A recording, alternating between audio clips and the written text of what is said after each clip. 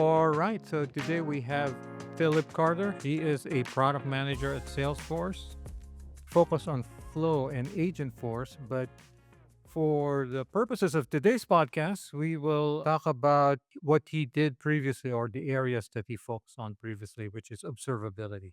So, with that, Philip, welcome to the podcast. Thanks for having me. Yeah, excited to chat with you. All right. So, observability, I guess not everyone is in the weeds, right? So, let's just have the elevator definition of observability first, and then we'll go into observability in the age of AI.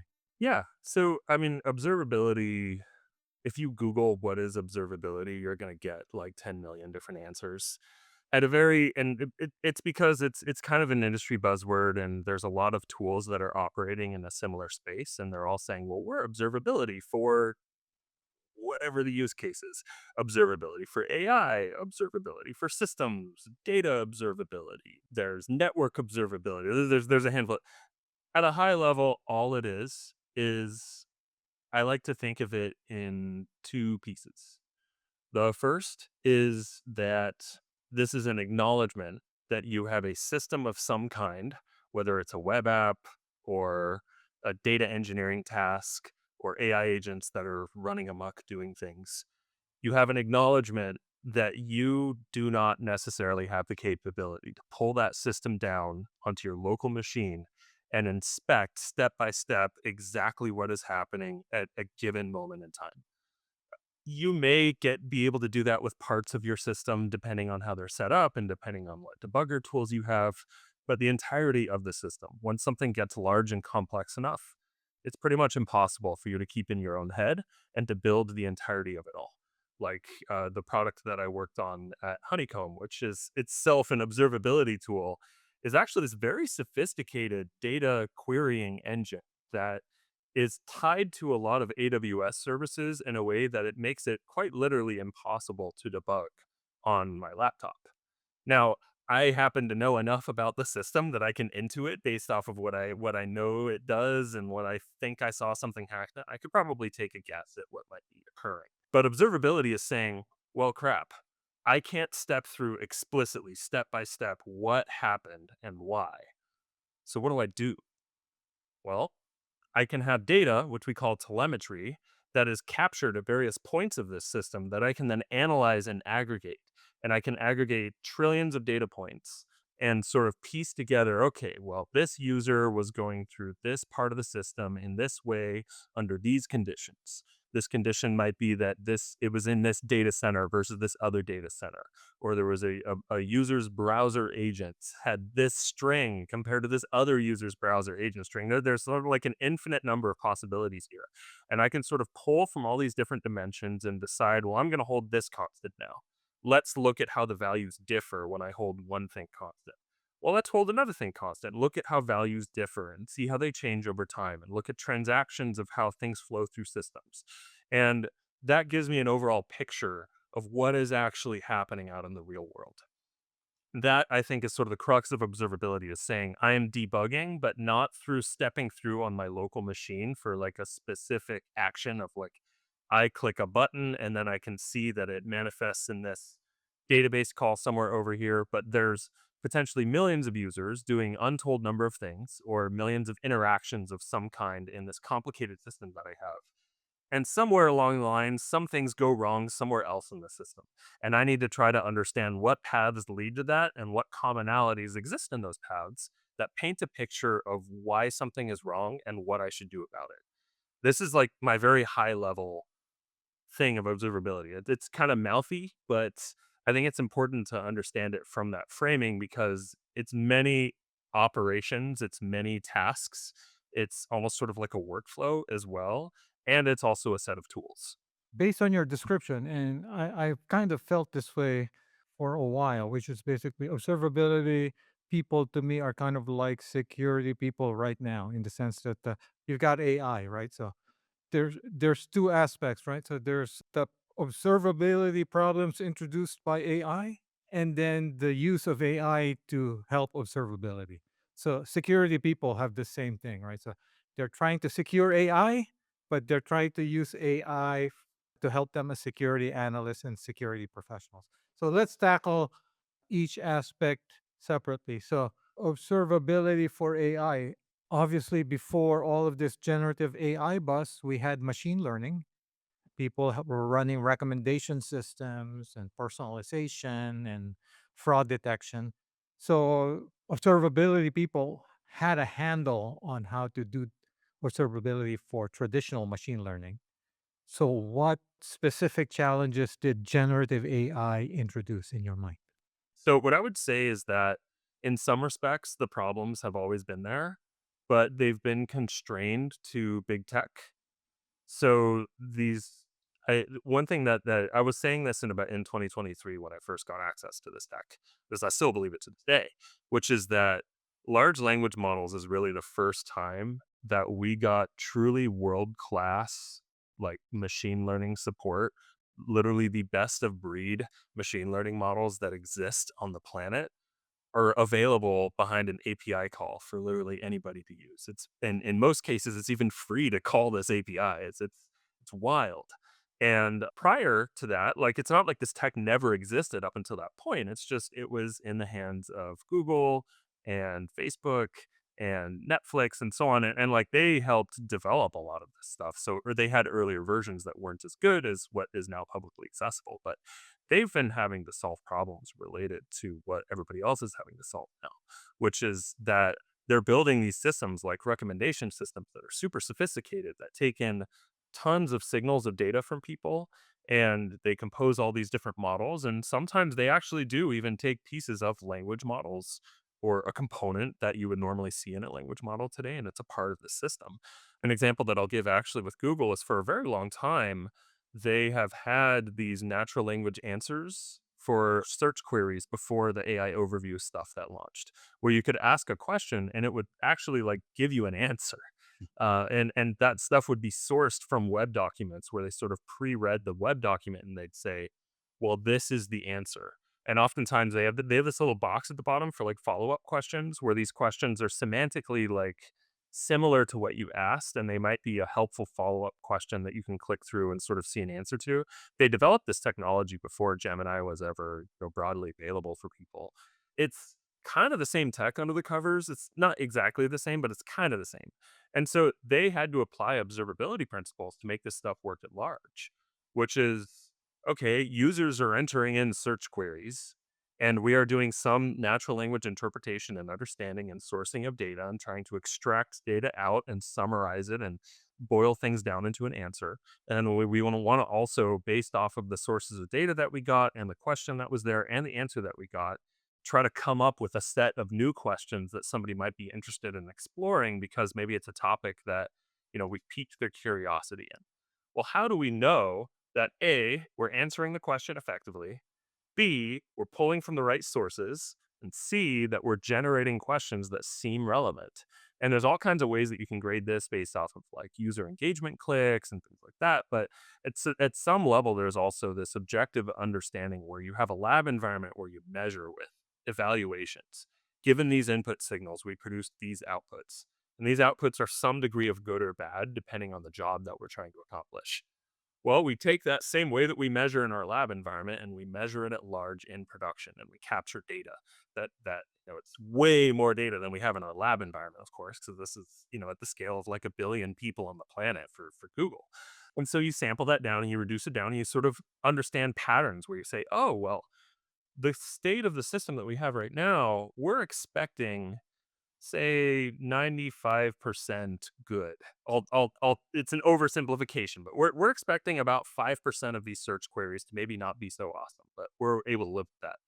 But what we're measuring is actually pointing at like 93%. So we're a little bit worse than we thought we were. Well, what's different about what we're seeing in production compared to what we have in our lab environment? Clearly, what we've developed and what we've expected users to do and what we expected the system to do in response to that don't quite match up with what we're seeing live. That itself is observability in practice. And that is almost exactly the same problem that everybody in the industry is now being faced with. And so I think it's really a question of scale where like this problem from an objective standpoint has existed for a long time, but it's new for so many people because they've never had access to this tech. Now they do. And oh, it's amazing. We can build all this new stuff that was like impossible for us. Like we couldn't even conceive that we could build the sort of things that we can build now. That's amazing. But oh crap, it's now introduced this different way of thinking about problems that we've never really had to think about before.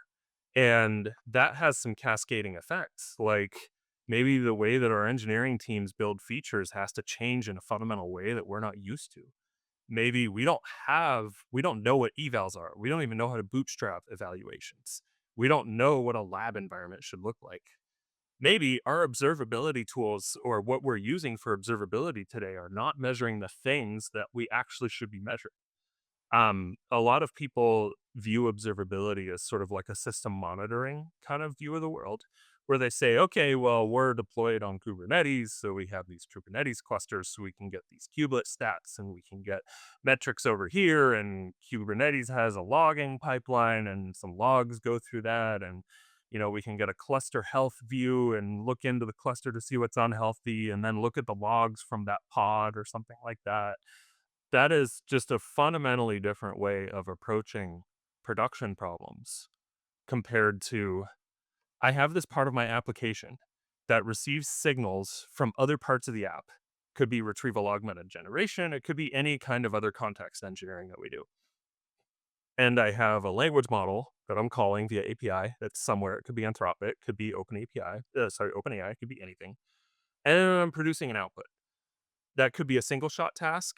It could be a chain where, the output feeds into the input for another language model call. Maybe we do a parallel call of many different language models depending on the pattern that we're following.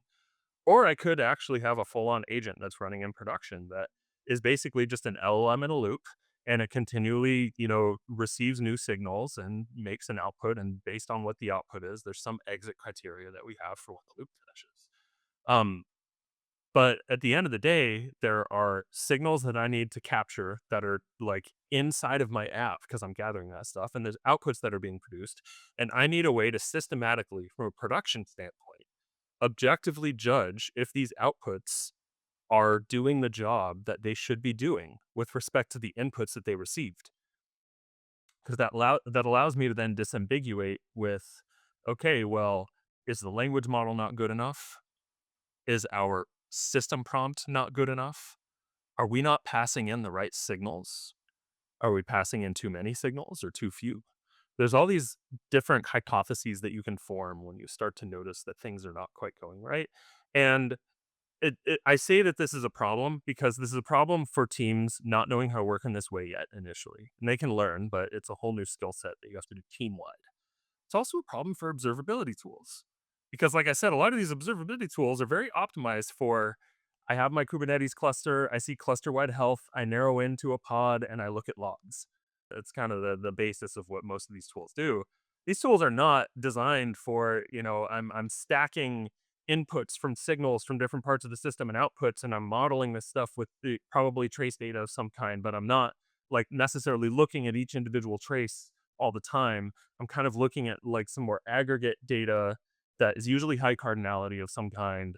And this kind of makes some observability systems creak if you send them to data that's too high cardinality, but you're dealing with a lot of highly dimensional data that has usually a lot of unique strings in them, and that kind of makes it high cardinality data. And like sometimes you're going to find the observability tool is not a good fit. And so then you go, okay, well, we're doing AI stuff, so we should get an AI observability tool.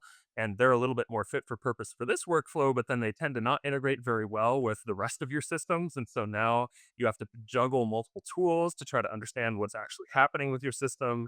And, your customer support people are being like, hey, we want customers that are paying us good money to have a good experience. And they're not having a good experience right now. Now, that might be because database calls are going wonky, or it might be because they're using a language model powered feature and that language model powering part of the feature is not working well, or it could be both. And now, as an engineer, you have to be like, crap, I need to sort of like switch context and how I investigate these kinds of things, probably with different tools. And it's kind of hard. And like to be frank, having worked on an observability tool for about 4 years, it's very, very early days. Like observability has gotten fairly mature for like system monitoring type stuff.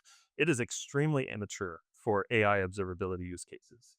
And the Googles and Facebooks of the world who had these problems for years, they were able to get away with some of this stuff because they have internal only tools that, you know, only they have to use, and they don't have to try to sell it as a product for like this heterogeneous market of people with different, preferences and choices and all of that. And they can work at a certain level of scale and cost that most tools can't. And so there's a lot of active problems to solve there for the observability market that makes this a problem for people who are integrating AI because I mean everything about this whole process is just super early days and it just makes it really hard. All right. So one of the things I actually have come to the conclusion around this topic in general, but say even eval, right? So now I strongly believe that eval is actually core IP for a lot of companies, right? Because basically, to do eval well, you have to treat it as an engineering discipline almost, right? So you have to gather data sets, examples, and you've got to have a workflow, all the things that might separate your system from your competitors, right? So, because eval could be a combination of things, right? So it could be using AI to judge AI, but it could also involve dual track strategy, right? So where you have some logic which determines, oh, this needs to be further scrutinized by a human, right? Or it might involve a whole practice within your organization, which is, every week we should meet for half an hour and just look at a few examples gone wrong and see what we can do better, right? So that's just eval, and then now you're injecting observability, which is even more complicated in this day and age. So what's your sense of the level of sophistication of people around eval in particular these days? Not terribly high. And the reason why, I gave a talk about this a while ago where I said that your average ML engineer, who is usually very fairly common with the concept of evals, and your average SRE, who's usually fairly common with looking at production data to understand what's going on with the system, they're a lot more similar than you think they might be. They look at different systems and different data and stuff like that, but they're oftentimes solving very similar problems. The main difference is that your average ML engineer is usually using workflows that are very disconnected from production. And I've seen a pattern organizationally where a lot of ML engineers don't have a strong sense for what the hypothesis they're testing or hypotheses that they're testing. How impactful are these things actually in the real world? And how much are they really improving their bottom line at large? They might have different values in some ways, right? Because the Oh, totally. ML engineers may prioritize peak performance over reliability, right? Oh yeah, absolutely. Or the very definition of reliability or the very definition of performance might be kind of poorly understood between multiple parties. And sometimes they get impacted by systems that they don't necessarily understand that an SRE might. So I was talking with a customer of Honeycomb's a little while ago where I was talking with their AI team about adopting Honeycomb for AI observability purposes. And we spent about 40 minutes talking about all these relatively sophisticated ways that we could try to ascertain the objective performance of a model with respect to its job. And then once the call was almost over, I started showing them a little bit about what we did at Honeycomb. And Was this a generative AI model? Because yeah, in traditional machine learning, you might have error bars, right? So in generative AI, it's just a different beast. it is a different beast. There's ways that you can do things like error bars on outputs, but it tends to still be very much like a lab environment focused kind of study. But it's not as common, and it's hard. When I was near the end of this call, I was showing them like our own features and sort of walking through all of these upstream steps that we do before we ever call the model, just as part of what's now called context engineering. But at the time, I think I called it context gathering. And I was pointing out that one of those calls made a call to a database, and this added about a second or so of latency to the overall end user latency of using this AI powered feature. And they were like, oh, yeah, yeah, we kinda have this problem where sometimes the service that our feature runs on just kind of crashes a lot, and then users can't use the feature, and I was like, "Oh, that sounds like a problem." so like explain this service to me a little bit, and they're like, yeah, I think it's this well they were Java shops. They're like, I think, well, we know that we run on a service, and then it slowly kind of runs out of memory. That's what we've been told. And so what we do is every morning, before starting, we go in and we restart it before most of our users hit our app, so that it won't run out of memory before the end of the day. And my mind was blown a little bit because I was just like, wait, you manually go in and you restart your service every morning so that your users don't accidentally get this thing crashing out on them? That's pretty bad. I feel like you should really get to the bottom of that. Like, why is this service always running out of memory? Because it's clearly impacting your ability to, like, what good is your machine learning model if it can't even run? And they kind of looked at me like, yeah, I guess that's probably a thing. I don't really know. And they're like, could could Honeycomb like help with that? Is like, do you do that sort of stuff? And I'm like, this is literally the bread and butter of what observability is meant for. Like, I have this service that crashes out unreliably. Let's instrument it. Let's see how it connects with the rest of everything and see, like, is the service the problem? Is things that are calling it the problem? Like, there's this whole problem solving methodology with observability that SREs know how to do. And like, this is directly connected to the thing that you were building. And they just had no clue. And it's not because they're dumb or anything like that. It was very smart people. It's just like they have institutionally never connected the dots between the real world performance and understanding of how things are happening and what they're trying to achieve by using language models for this feature. And as a current product manager, but a former product manager in the space, I would say like this is a great opportunity for a PM to sort of connect the dots here and say, hey, like we're trying to achieve this business value, but we're potentially held back by the system reality, and we need to meld these things two together. But it made it very clear to me, and I've seen this play out multiple times, that engineering organizations on the machine learning side and on the software reliability side tend to not talk to each other very much. When it turns out that like when they do, they're very often working with the same data, and like the way that you capture data about system performance is the same way that you capture data about what signals are fed to a model and what operations you did in your context engineering to assemble a little package to sort of give to the language model, give to your agent. And very few people have connected those dots.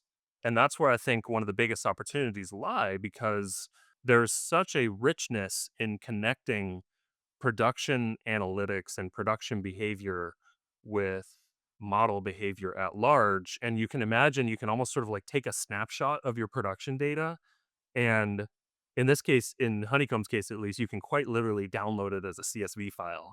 And then, great, I have a big CSV that I can start annotating and just immediately start throwing this into my evals in my lab environment.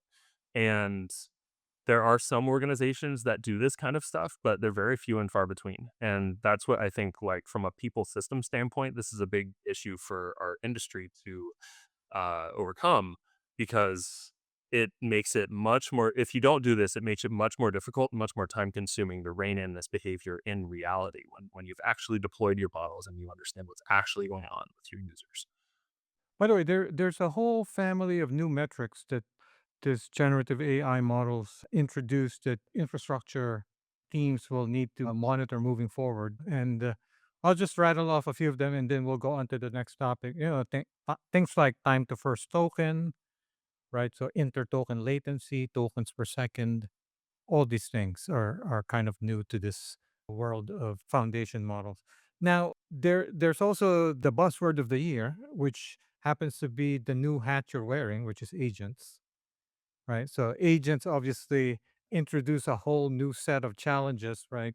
In terms of evaluation and observability, right? So you might have an agent that's performing a multi-step task, right? So now you have the execution trajectory. You'll have to figure out what tools did this agent use, what data did it use, and so on and so forth.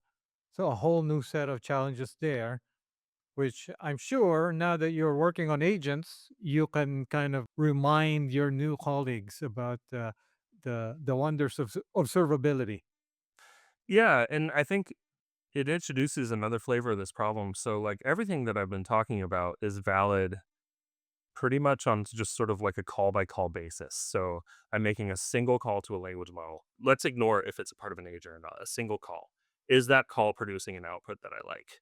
One thing that you observe sometimes when working on agents is that at the individual call level, they might not be doing so well, but if you string together 20 calls, they might arrive at a conclusion that is the right conclusion that you want to arrive at. But hey, that might not still be optimal because that might mean I might need to optimize this agent so that it can do it more efficiently in fewer calls, fewer steps.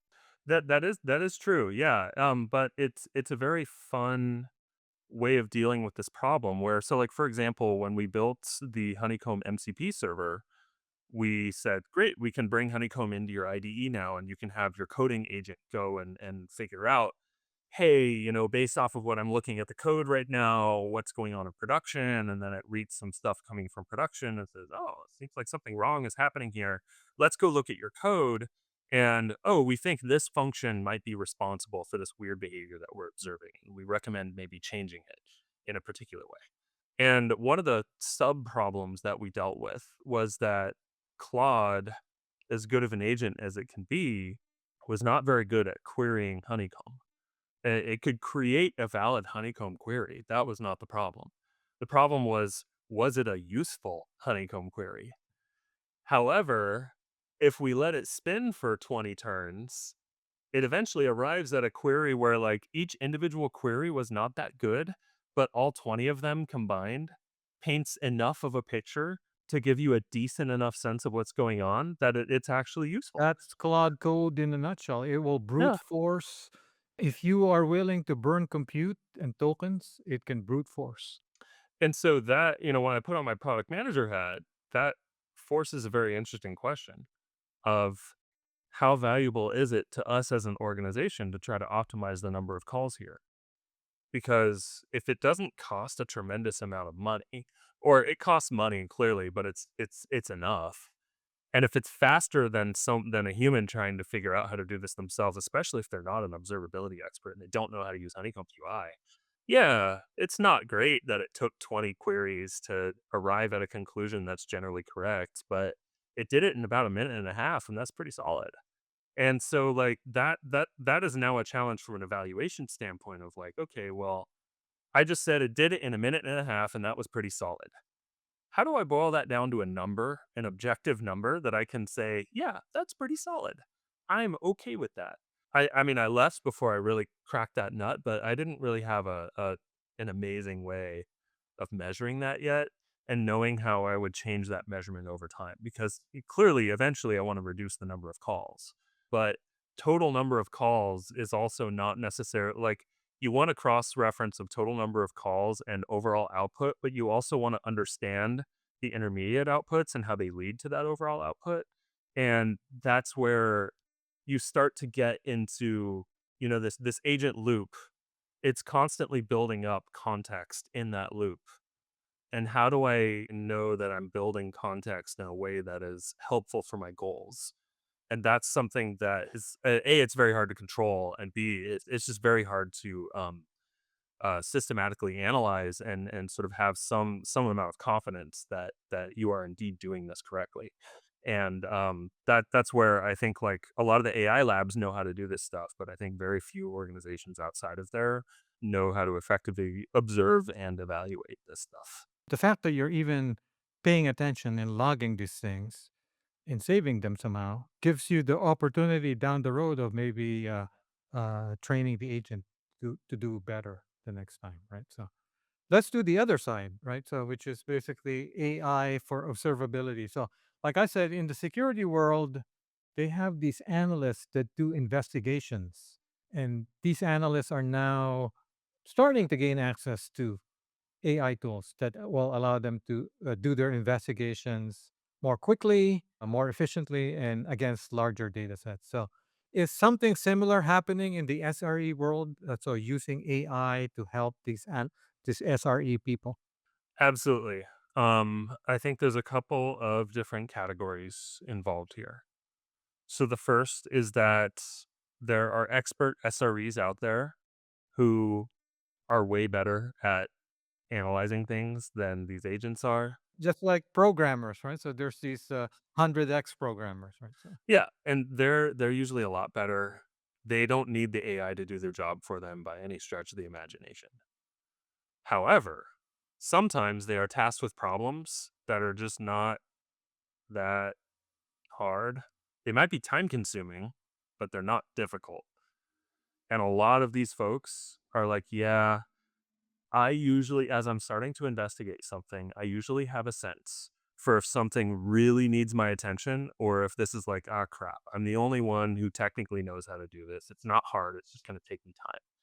Almost everyone who I've talked to who finds themselves in that situation, they wish they could just like say at that moment in time, great, cool. I know I'm not needed. Fire off an agent, have it take off, pick up where I left off and just figure it out. It'll probably come to a good enough conclusion that I'll make some sense out of that and I can switch over to something that's higher value. That's a very important use case, I think. Now, some people are trying to abstract that out a little bit to say, well, what if we put all of that on autopilot? so this doesn't exist yet. It kinda does. If you talk to some startups, they'll say that it will because they're building products that kinda do this in practice. They're not very good yet. But, they're trying to shoot for that 'cause they're shooting for a world in which AI agents pick up the easier tasks where they might still be time consuming, but you don't want your really good people paying attention to that stuff. You just wanna automate those problems away. In this context, this agent will have to go in cold. What's my setup? I'm using Kubernetes. I'm using Ray. I'm on Amazon. you know, so it has to learn so much context, right? It does, yeah, and that's where a lot of these things really struggle, is it's not the investigative loop that they're bad at, it's gathering enough context to know where to start and when to stop. And that's where, you still need someone who's very practiced in this discipline to be able to say, "All right, this is where we should spend our time." And so I think the winning model here is going to still be very human SRE focused, where they then have an additional automative tool in their toolkit where they can say, "All right, I'm gonna take a step back, press button, agent goes off, notify me when you're done. I'm gonna spend time elsewhere." Maybe in the future, if we see other step changes in agent capabilities and context gathering capabilities, we could advance a little bit further than that, but in practice, it's not good enough for that yet. So you would describe this area as nascent, some early solutions, but very early. Yeah, very early. Now, there's some other use cases that I think are very interesting. So a lot of organizations are undergoing service ownership and, every developer goes on call. They need to understand some amount of operational characteristics of the things that they built. But most of these developers are not observability experts. And I find that in practice, the organizational mandate says you need to do service ownership. But in practice, they just do the minimum work necessary to make sure that their boss isn't mad at them so that they can focus on the code more. Or sometimes they will burn too much time focusing on the code and not enough time in the observability tool because they just don't know how to use it. And they may not have enough guidance. They may not have good practices that were set in place organizationally to tell them how long they should spend in an observability tool before they hop back into the code and vice versa. A lot of these AI assisted tools, I think, can really help with these folks because you can imagine a world where you get an alert and that does tell you a specific signal to go and look, and you can have, let's say, a dozen or so AI agents just go off and you basically have an agent come up with, here's 12 different ways we might investigate. We have no idea if each of these 12 ways are going to be fruitful or not, but here's 12. And then each one gets their own agent. So you have 12 agents that go off in parallel and they go off and investigate. And you set some rules for how long they go off and investigate and how many turns they make. And eventually they're going to reach an exit condition and they're going to come back. The conclusion might be garbage, or the conclusion might be inconclusive.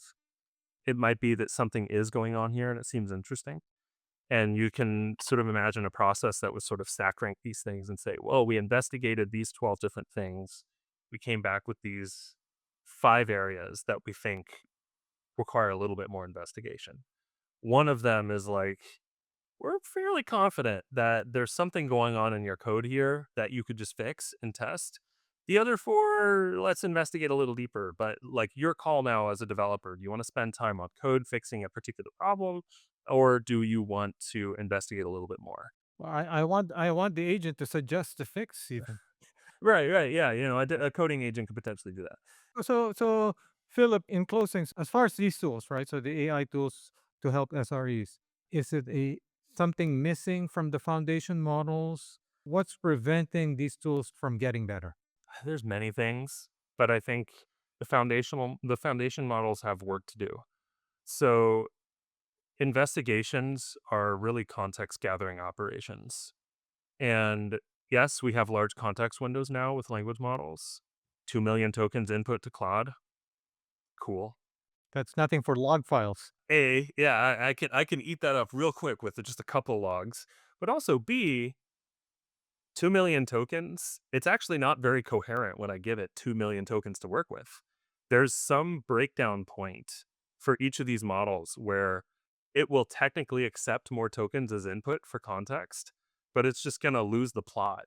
And like this, investigations are not just, data that you can process linearly and then achieve an output from.